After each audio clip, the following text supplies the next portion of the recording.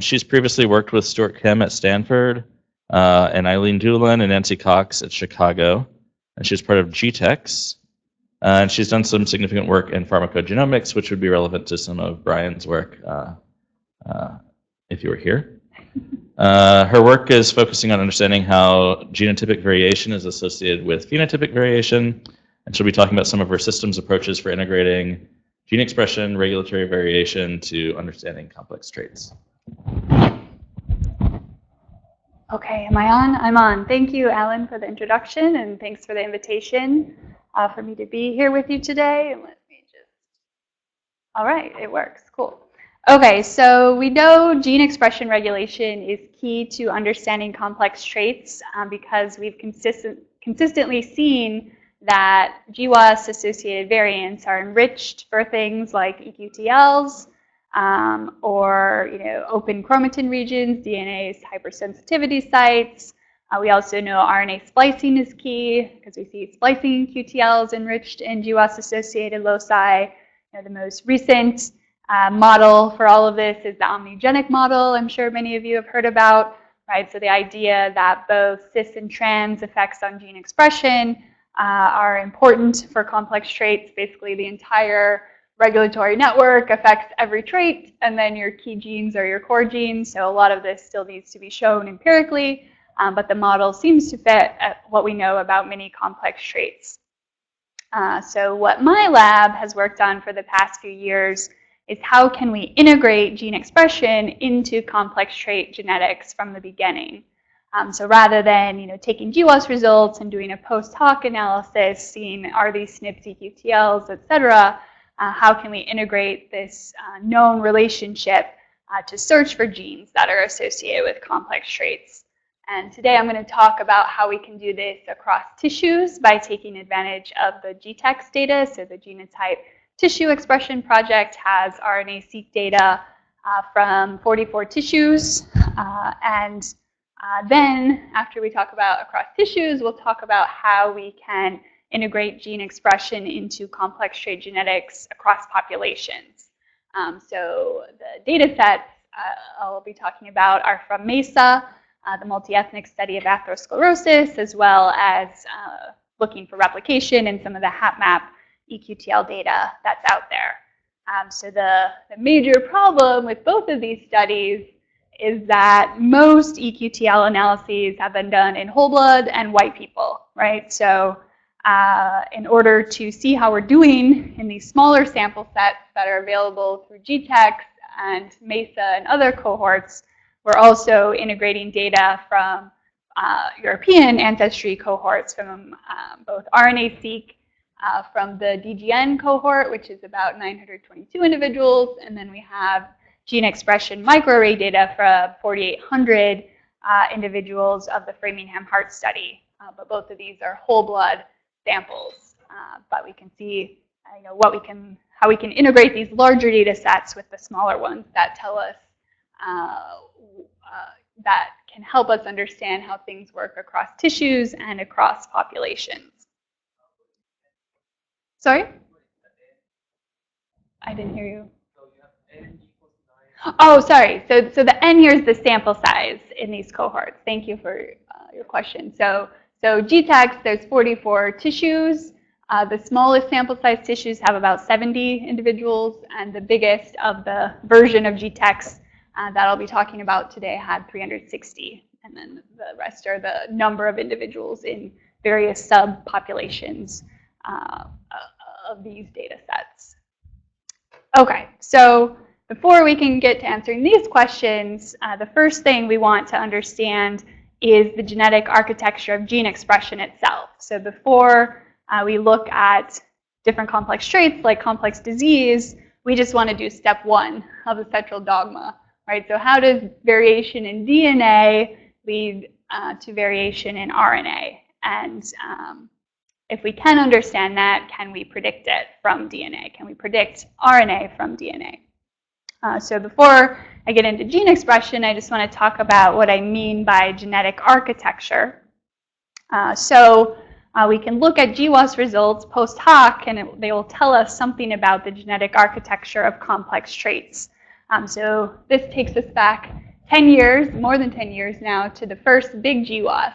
This was big at the time, 2,000 cases, 3,000 controls from the Wellcome Trust Case Control Consortium. And I'm just showing two of the results from that initial study. So phenotype like type 1 diabetes, they actually got genome-wide significant hits, right? So these peaks in green met our statistical significance threshold for genome-wide significance in this initial GWAS study, whereas bipolar disorder, in this cohort, they found nothing, right? Nothing met genome-wide significance.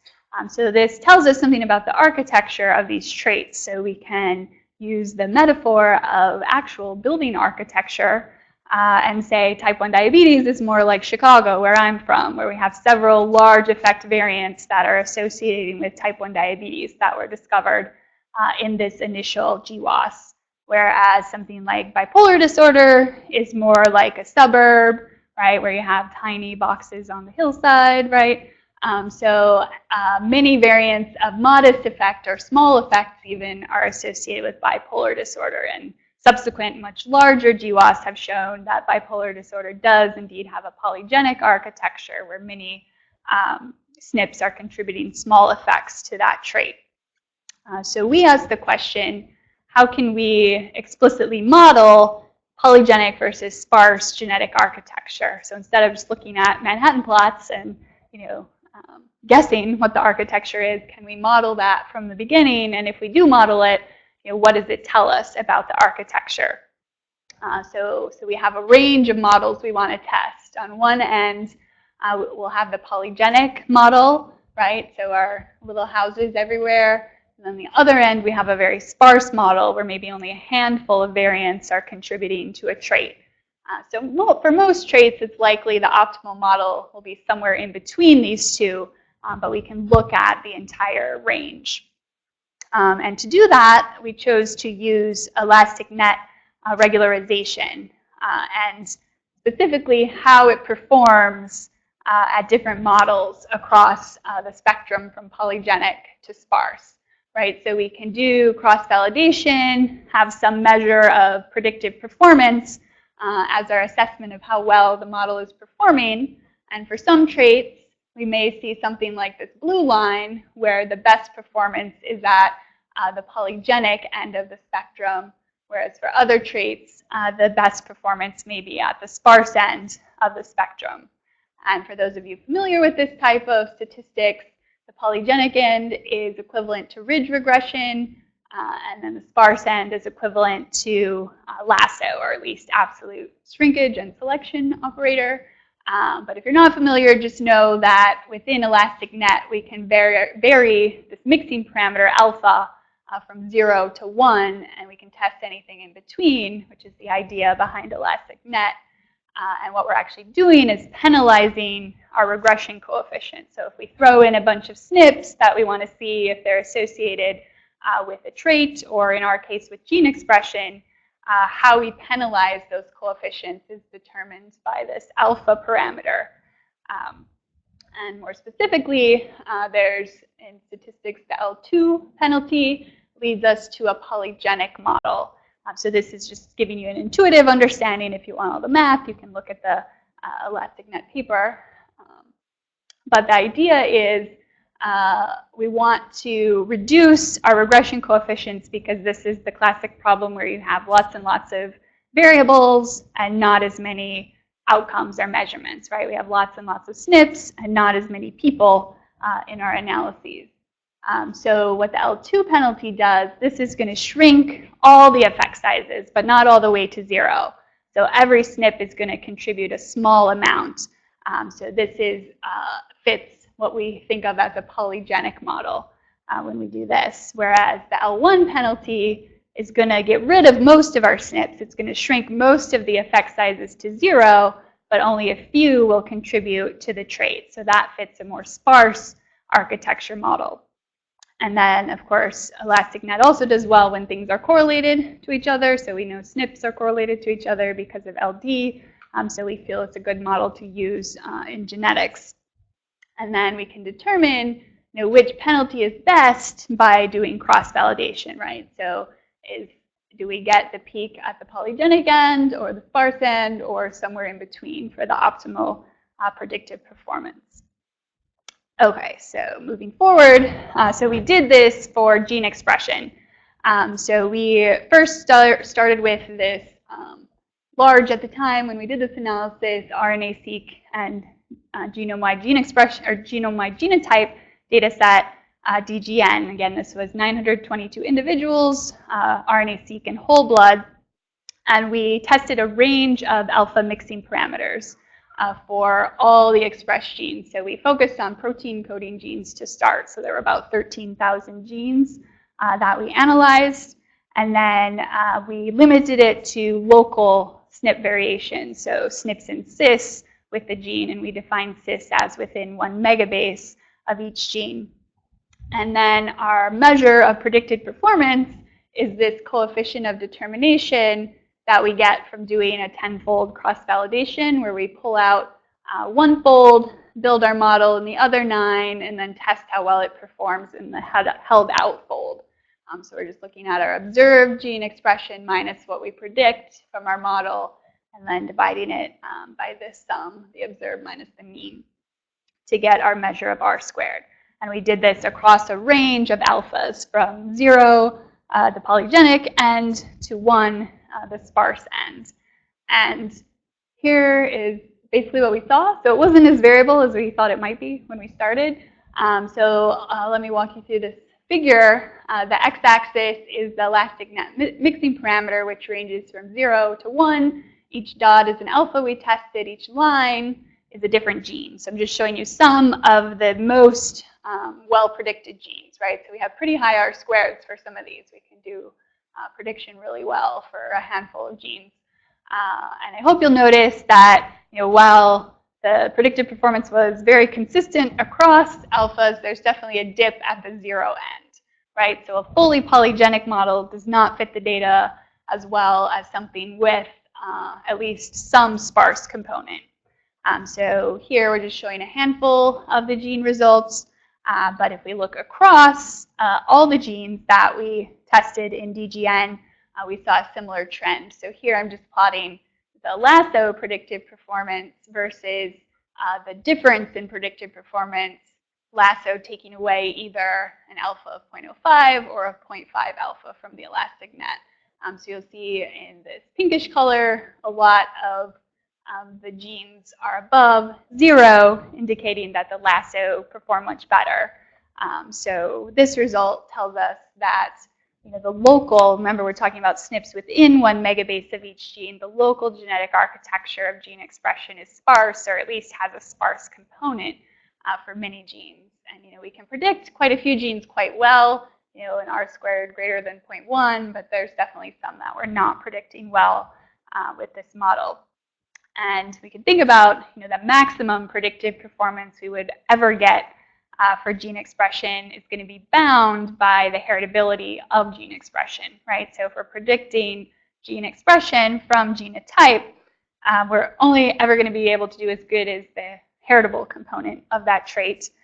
So on this plot, we just we used the GCTA, the SNP chip heritability from GCTA for every gene. So we determined in black, we're just ordering each gene by, or we're sorting the genes by their heritability, and then plotting in top in red the elastic net predicted performance that we got in our model. And this was an alpha of 0.5, so sort of right in the middle of sparse and polygenic effects. But you can see, they move together across genes. Our average heritability was 0.15, whereas our average predictive performance was 0.137. So we're almost reaching the maximum by using elastic net, which with a sparse component. But of course, this estimate of heritability can also be affected by the model you choose to estimate with. So I said we use GCTA to estimate gene expression heritability. And GCTA assumes a linear mixed model, so it's actually assuming a normally distributed effect size distribution. So we thought, well, can we do better than that? Is this really what we should be using as our maximum predictive performance, right? Because we're seeing with ElasticNet that that sparse component seems to do slightly better than an only polygenic component. So we turned to another model called Bayesian sparse linear mixed modeling. So here, the effect size distribution includes both a polygenic and a sparse component. So it's similar to the ElasticNet, it's just now it's the Bayesian form of that. And we can implement that with the software Gemma, which I think someone here made, right? Zoo? Yeah, okay. So that's good to work with. So for the same DGN data, we also modeled the BSLMM heritability. And we compared that to LMM. Okay, so on the x-axis is the LMM heritability. Then we have the BSLMM proportion variance explained. So similar to the heritability, right? We can compare these two. And you see a very tight correlation, right? So in this sample size, 922, we see a very strong correlation between whichever model you use to estimate the heritability of gene expression, right? So the genes that have high heritability estimates are up here, those with low are here, and then they're colored by their predicted performance in our ElasticNet model. And we see, you know, the stronger R squared are up here, as you'd expect, because they have higher heritability with both models. So whichever model, this told us, at least at this sample size, whatever model we choose is robust to the heritability.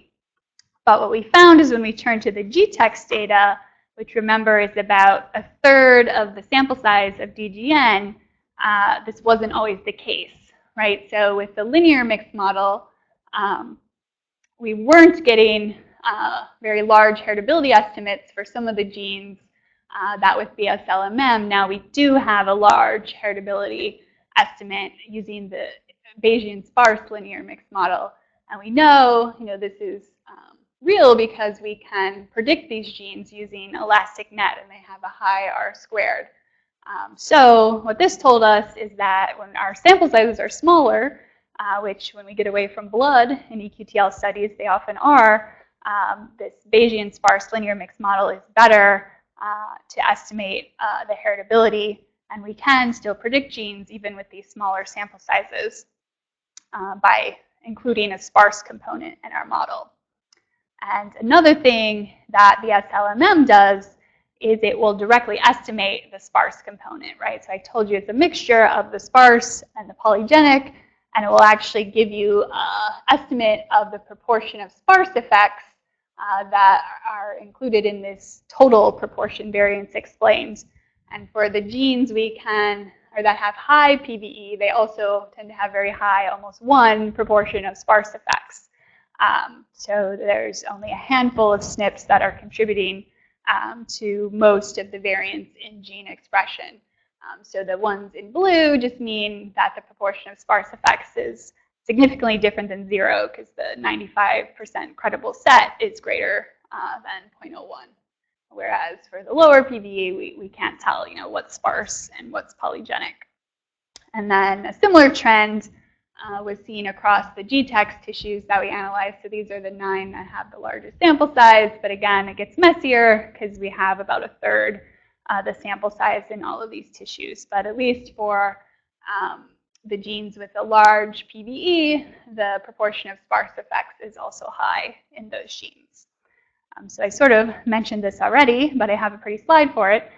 So we know gene expression architecture is like Chicago. So it has this sparse component, which means we can actually predict with only 100 or a couple hundred samples, whereas for a big GWAS of whatever polygenic score, you wouldn't be able to do that across most complex traits. But gene expression is one trait. Because there are these large effect variants, we can predict it with relatively small samples. So we do that. Oh, question?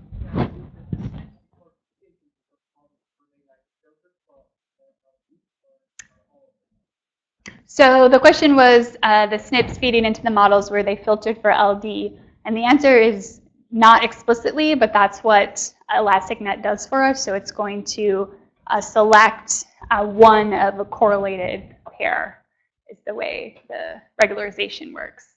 So effectively, it's doing it for us. question there?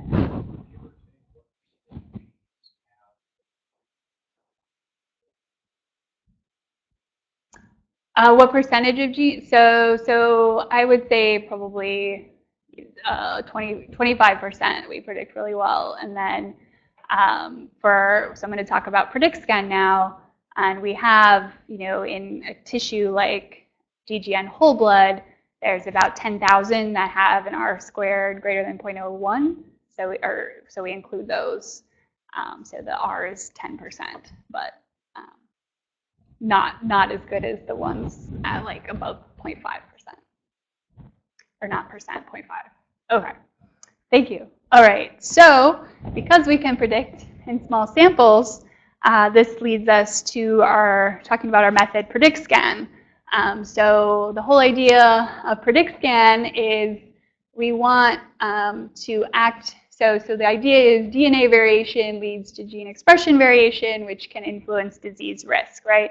And in GWAS, we were finding throughout the community that most GWAS hits were in non-coding regions. They're enriched in EQTLs.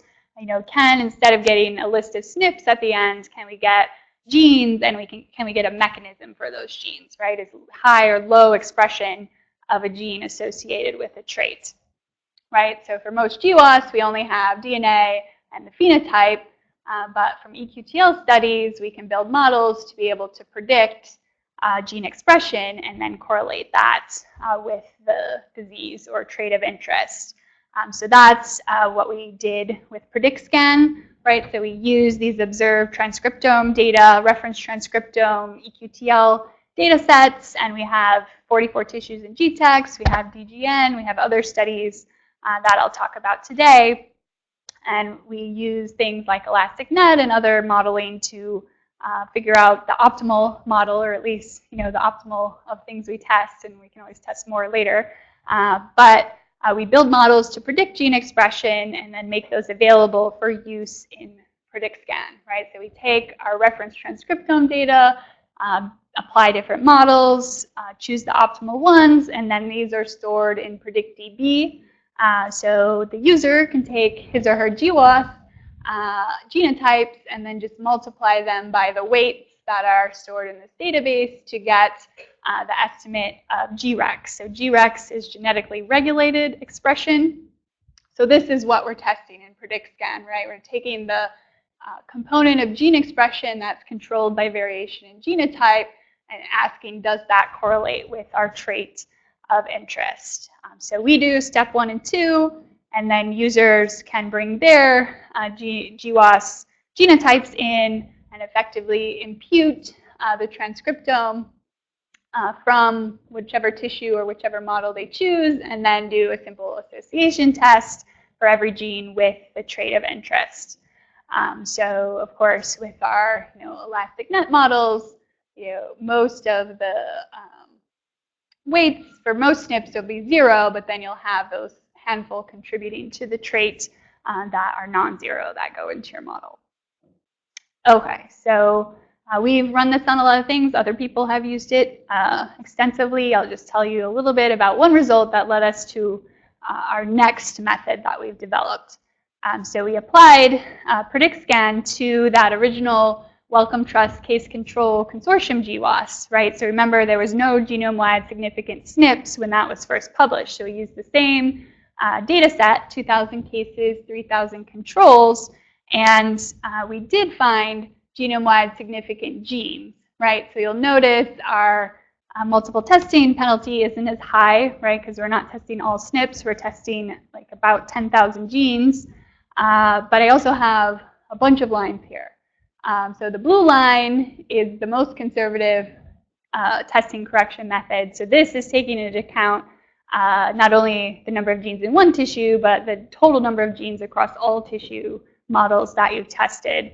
Whereas the red lines down here would be the thresholds if you were only testing one tissue, right?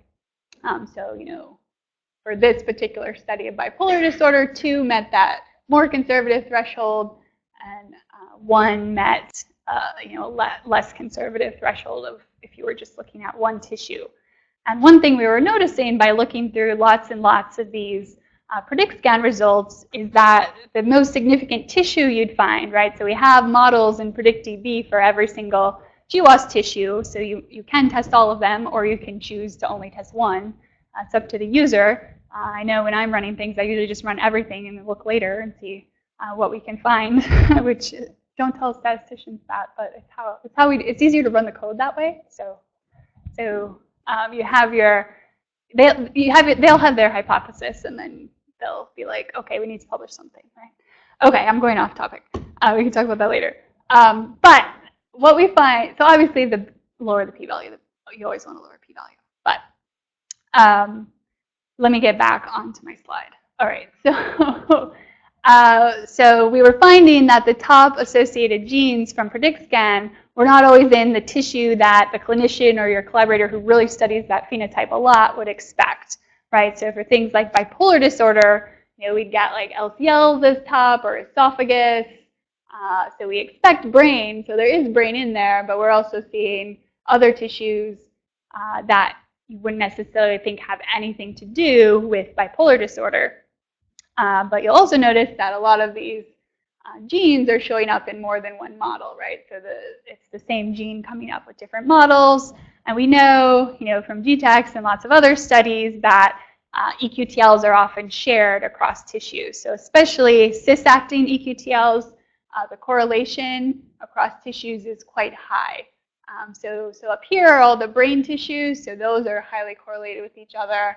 And then pretty much all the other tissues in GTEx are also tightly correlated. I think the outliers are liver and a couple others up here, but many of the other tissues in GTEx, the EQTLs are shared.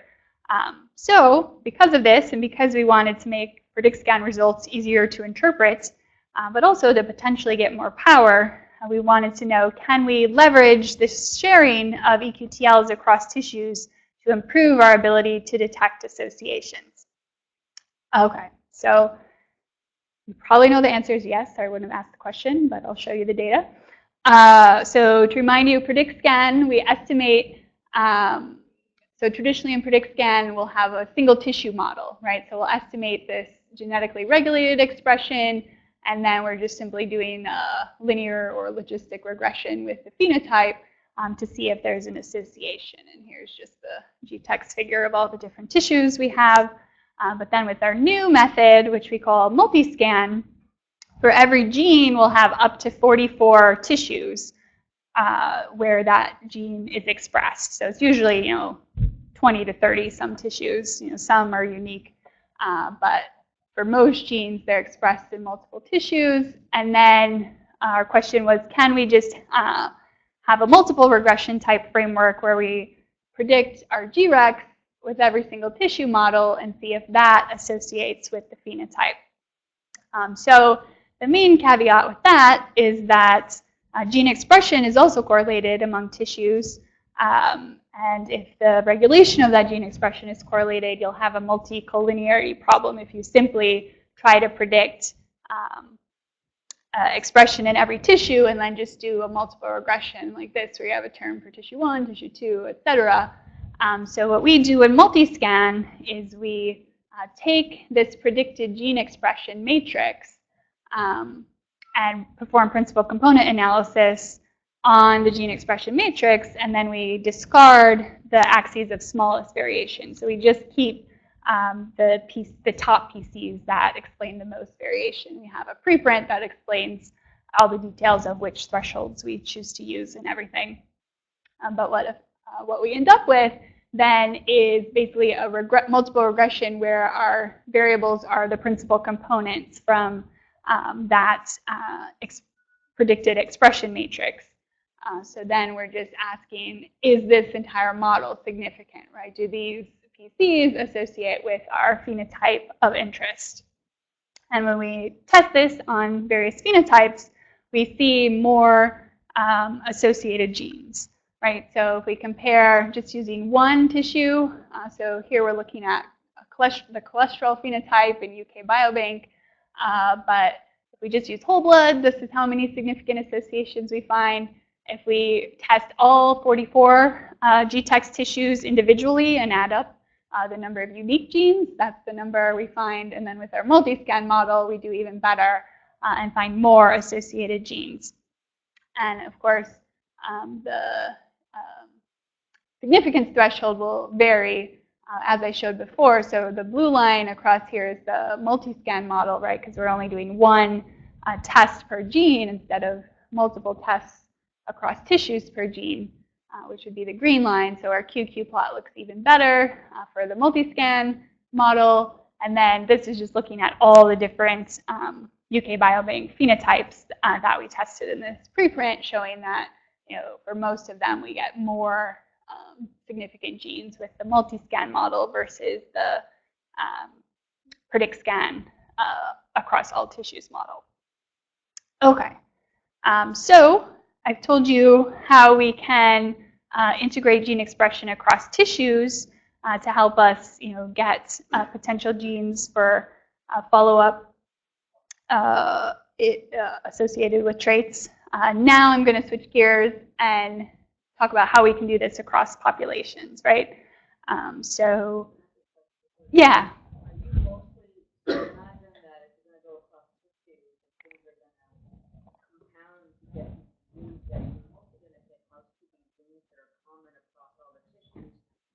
Very specific genes that play a role in specific processes.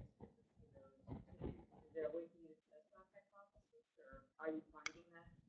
Right, right. So the question was, if we're looking across tissues, are we more likely to find housekeeping genes than, you know, the really tissue-specific things that you might think will be crucial? And that's something I haven't measured explicitly, but we definitely want to look into. But we have been recommending to people, you know, instead of testing all 44 tissues, do our multi-scan model, but then also pick your favorite tissue for whatever your disease or trait is, to see if there are, you know, other genes you would find with that tissue.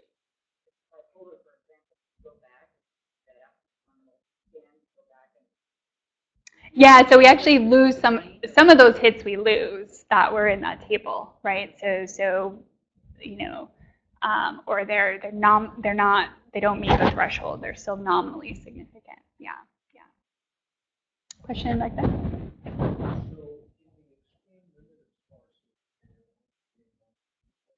Mm-hmm.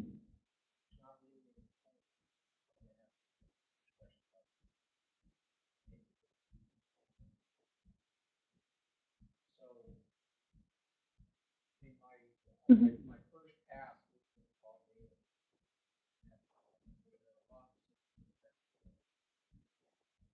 Mm-hmm.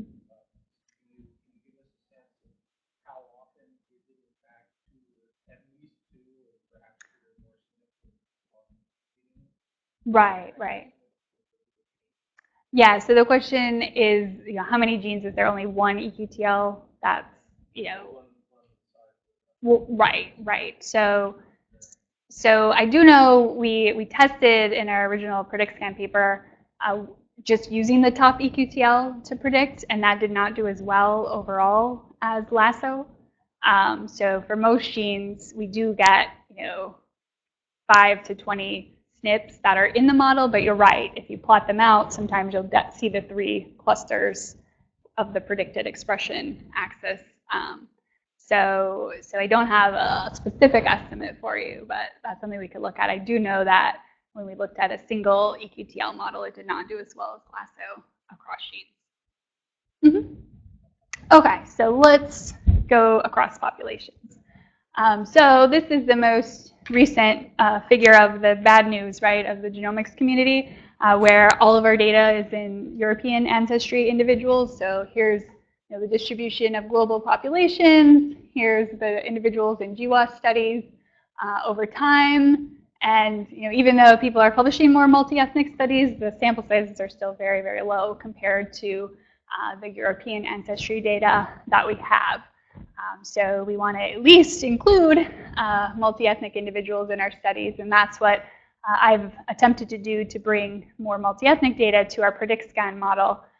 But we have all this data here that, you know, it'd be great to integrate as well. So we're going to test how these models do across and between populations, right? So, you know, subset them by ancestry and also combine them and see how they're doing to predict gene expression.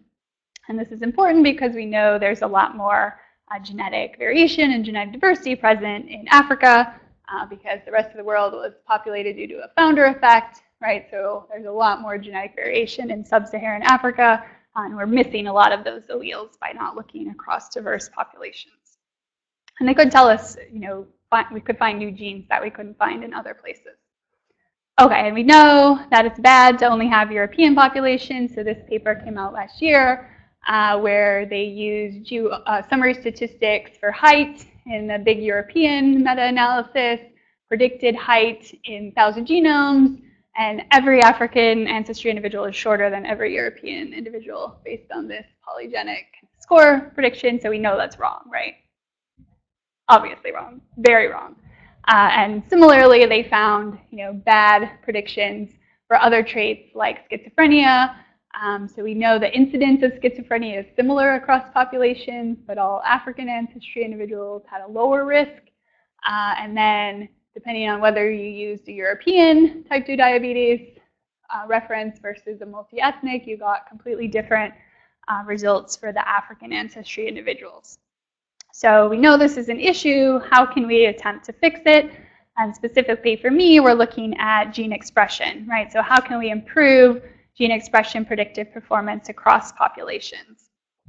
So when I started this, this is what we had in our PrediXcan database of prediction models. So GTEx is actually 15% African American, and our one set of models in PredictDB includes both individuals. You just adjusted for principal components, both groups of individuals. But some of the newer versions, I think they just did the European ancestry. So there's both in GTEx for your needs, but still, a small proportion. And then we also have DGN models, which are just European ancestry. So for this project, I turned to the multi-ethnic study of atherosclerosis. So MESA has been in tons and tons of GWAS, right? So any meta-analysis probably includes data from MESA. There's over 1,500 papers published with this data. You can access the genotypes and cardiovascular phenotypes in dbGaP. You can get the gene expression. So they did microarray analysis of gene expression in a few hundred individuals from MESA, and you can download that from Geo. But of course, they didn't use the same IDs. So if you want to connect the two, you actually need to write an application to MESA, and they will send you a map file. I almost had to predict who was who, and we were going to do that, but they finally sent us the mapping file. So we were able to do this analysis by collaborating with the MESA folks. Okay, so here are the sample sizes of the MESA data. So I should say this gene expression microarray data is from CD14 positive monocytes. We had 578 European ancestry, 352 Hispanic, self-reported ancestry, and 233 African American. And most of this work was done by postdoc Lauren Mogul from my lab. And shown here are just the genotypic principal components of this data, right? So we know Hispanic is a cultural term, but Hispanic individuals have genetic ancestry from any continent, basically, right? Some have more African admixture, some have more Asian or Native American admixture, some have more European admixture, as well as, African Americans are usually on this continuum between the Yoruba and CEU HapMap population. So we need to take all that into account when we're doing our analyses as well. All right, so we first just did an EQTL analysis, and we did it in each individual self-reported population, and then we combined the African and Hispanic individuals because it was about the same sample size as the European here, so we could compare those models, and then we just combined everyone together, right? So when we're doing our EQTL analysis, we tested a range of genotypic principal components within each group, a range of peer factors to adjust the gene expression data, and settled on one set that was pretty consistent across those. And we saw that the number of eSNPs and eGenes we were discovering was correlated with sample size. So this was great, but we also wanted to show in these relatively smaller samples, were we finding real EQTLs? So we looked to some replication data. So what I'm plotting here is the pi1 measure of a true positive rate or replication rate based on the Q-value statistic. And then we have 4 different replication populations. So remember, the Framingham Heart Study is this big, giant one. So we have the most people there. So we had the highest replication rate. So things we're discovering in the Mesa African American are at, I think we look at FDR 0.05, are replicating quite well in Framingham. So that's good. And then, we see trends with these smaller samples from the 1,000 genomes, or I think that was HapMap data. So like the African American EQTLs are replicating at a higher rate in Yoruba, and then the Hispanic are slightly better in the Mexican from Los Angeles population, which is the MXL. And then Javatis actually includes about 340 European ancestry LCLs, as well as 77 Yoruba. So, it's sort of an intermediate, or it's bigger than these other 2 replication sets. So we see a higher replication rate in those populations. So, we're able to replicate better in larger samples, but we also see this reflecting ancestry patterns where the African American replication rate is better in Yoruba, for example. Okay, so we have all these EQTLs. What do we do next? So we looked at the effect size correlation between the different populations in Mesa. So as measured by RG. So this is a genetic correlation that you can do in GCTA software. And so we calculated RG for each gene individually. But because our sample sizes aren't huge, those have large standard errors. But we can look at the mean RG across all genes to get some idea of how correlated 2 populations are. So this is our simulated data, just to show when the genotype does not match the gene expression, we get an average correlation of almost 0, right? And this model is constrained between -1 and 1, so most genes go one way or the other. But when we look at our observed real data, this is the trend we saw. So the Hispanic and European ancestry individuals had the highest genetic correlation of EQTL effect sizes. The African American and Hispanic were slightly lower. Remember, there was a lot of African admixture in our Hispanic cohort. And then the African American and Europeans were slightly lower than that. So this reflects what we see in the genotypic PCA plot of shared ancestry proportions. We did similar analyses looking at different models with this MESA data. So we also see when we run Bayesian sparse linear mixed modeling that for those genes we predict well, the proportion of sparse effects is high. But there are some genes where it's not as high, right? So maybe there's more of a polygenic component for some of these genes. But for those with high PVE, it looks like the sparse component is big. So we wanted to, instead of just looking at polygenic plus sparse and polygenic, to also add a 3rd model, which we hadn't used before, to this MESA data. So this is sort of a sparse-only model. So this is Bayesian variable selection regression. Does well when the simulated architecture is sparse, and it does poorly when it's polygenic.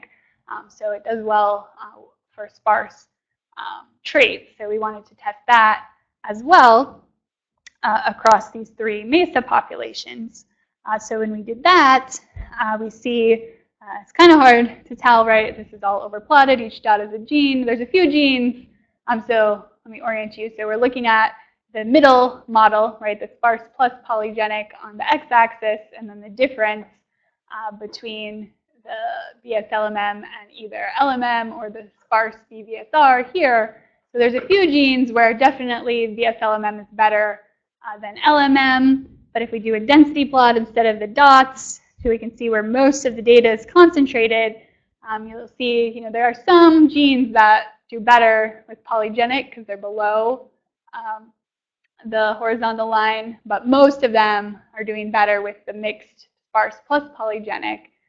And there's maybe a handful of genes that are better with sparse only, But even then, they're still better with the mixed model of sparse plus polygenic.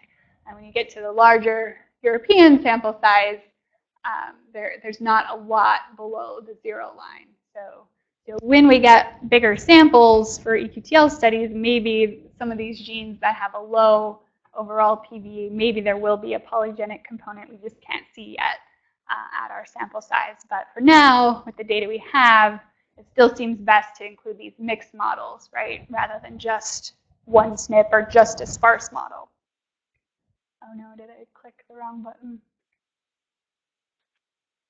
I don't know which one I hit. Sorry. There we go, we're back. Okay, cool. All right, so we also compared on a gene level, how are our prediction models doing between populations? So again, that cross-validated R² is our measure of predictive performance. So when we build our elastic net model at this particular alpha, how are we doing? And we, again, similar to the SNP level analysis of genetic correlation, we do a gene level analysis. The tightest correlation was seen for Hispanic and European, but we definitely get genes that are well predicted in one population and poorly predicted in another. So we asked, why is that, right? So, and one thing we thought to look at is it simply because there's allele frequency differences between the population. So if we look at those genes that are sort of over here, right, where they're low in one population, high in another, or the ones down here, do they differ in their FST, right? So do they have bigger allele frequency differences? And yes, they do. So these are just choosing different thresholds of what's a big difference in predictive performance. I did it again. Sorry. Okay. I'm trying to touch the laser. Okay, never mind. I won't touch the laser anymore. Okay. I'm not even touching anything now. Okay, there we go. All right, so I don't know. Is that it? Sorry.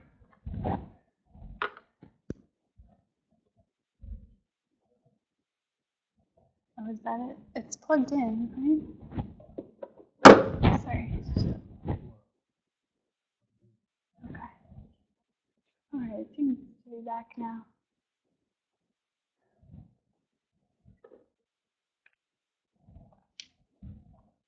Okay. I'll just touch. Okay, we'll see what happens. Hopefully, I can make it through my next few slides. All right. So basically, what we found is the mean FST. So for the SNPs that are in the prediction models, if there's a bigger difference in performance between populations, there's a larger FST, right? So those SNPs have a larger allele frequency difference between those two populations. I've shown you how we built our models in MESA, but how do they actually perform in independent populations?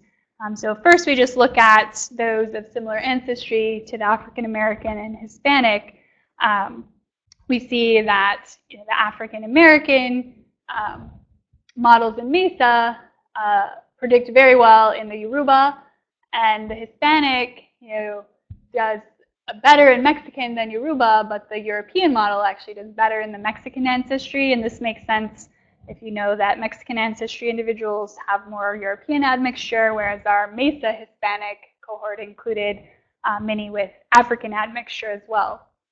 And then you'll also note when we combine populations, we still do quite well in both these replication sets, and it reflects the sample sizes of those replication sets. And then if to this plot we add on the larger replication populations, we see similar trends, right? So the biggest sample size, we do the best. We do best with similar ancestry, but not bad at all when all the models are combined, right? So all the individuals from MESA are combined into one model.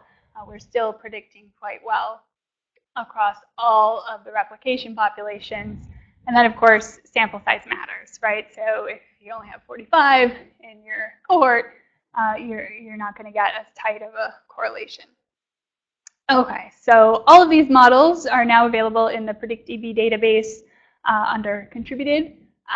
So this data has been published and they're available to use in the PrediXcan software. And I'll just have one short little story to tell you about these models.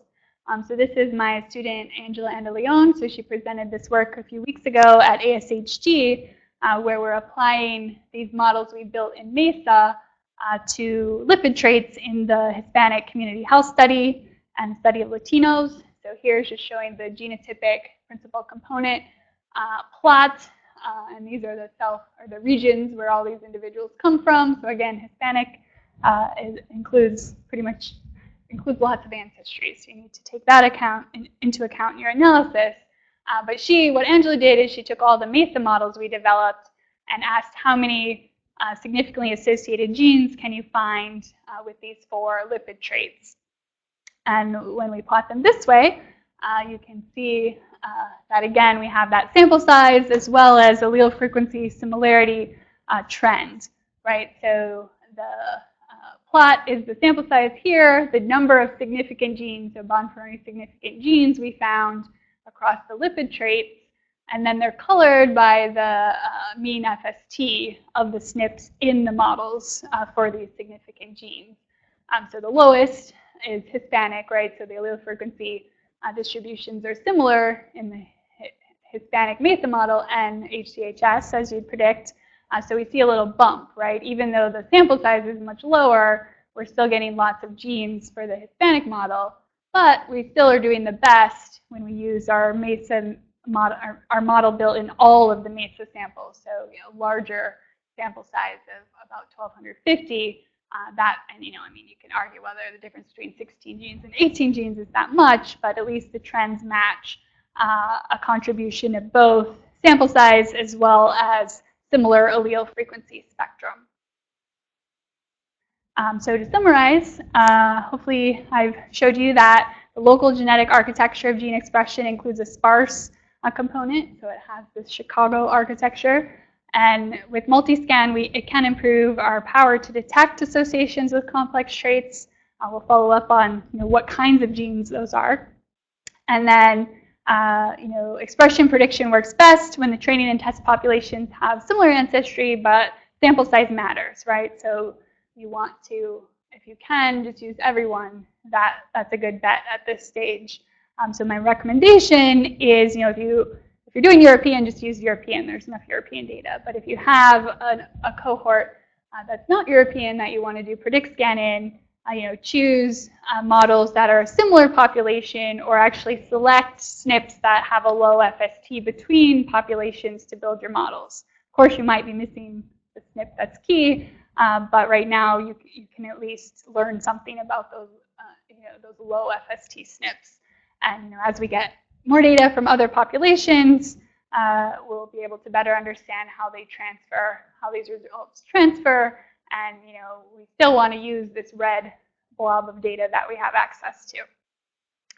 Okay, so I'd like to acknowledge my lab at Loyola. Here's a couple of different iterations of them, and all my data sources. So thanks to these groups for sharing their data through different ways. I'm one of those data parasites the New England Journal warned you about.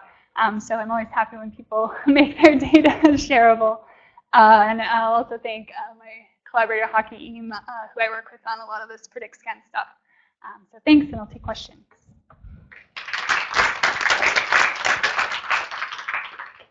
A couple questions.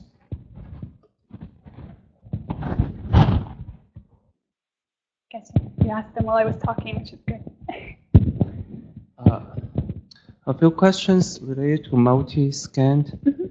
So more genes doesn't mean better performance, right? Right. So you want to look at your replication rate, really, right? Yeah. And so you try to use PCA to decouple the coupling in different samples. There is a quick way, but I'm not sure whether it's the most elegant way. Is it possible to add an additional regularization terms to restrict that expression for the same gene is similar across tissues. I mean, yeah, anything's possible, right? Yeah, no, so you're saying like a better way to do it would potentially be Explicitly modeling the correlation instead of forcefully removing those correlations. I see. Yeah. Yeah, that's something we could look into and compare to see how it performs. Thank you. Another question about the multiscan. It seems like the information that you're losing in that is the relevant tissues that you might not have previously considered, like your collaborators might not think liver is associated. Is there any way to recover that information? I see. So right, if you run multiscan instead of running every tissue, you might miss out on something that's real, right? Yeah, so that's a good question. I'd have to think about if you could actually do that from the data or just run do multiscan first. If you don't find anything, run everything, right? That's the cynical advice. Any other questions? So from your data, since you have a lot of data in Europeans and you have strong EQTLs for some of those signals, can you look at the LD block in that and then look at the few tissues you have in the other ancestries and find the causal variant? For example, to find map it using the variant that actually has an EQTL signature in that LD block in Africans where the LD breaks down. Right. So I didn't talk about integrating LD at all, and that's actually what we're working on now. Is can we look at either LD or the local ancestry of some of these regions to see if we can, because ultimately we want the causal genes in our model, right? But at this stage we don't have that, so we just see what performs the best. But we can definitely narrow it down by using some of those other fine mapping tools. Okay, let's thank Heather again.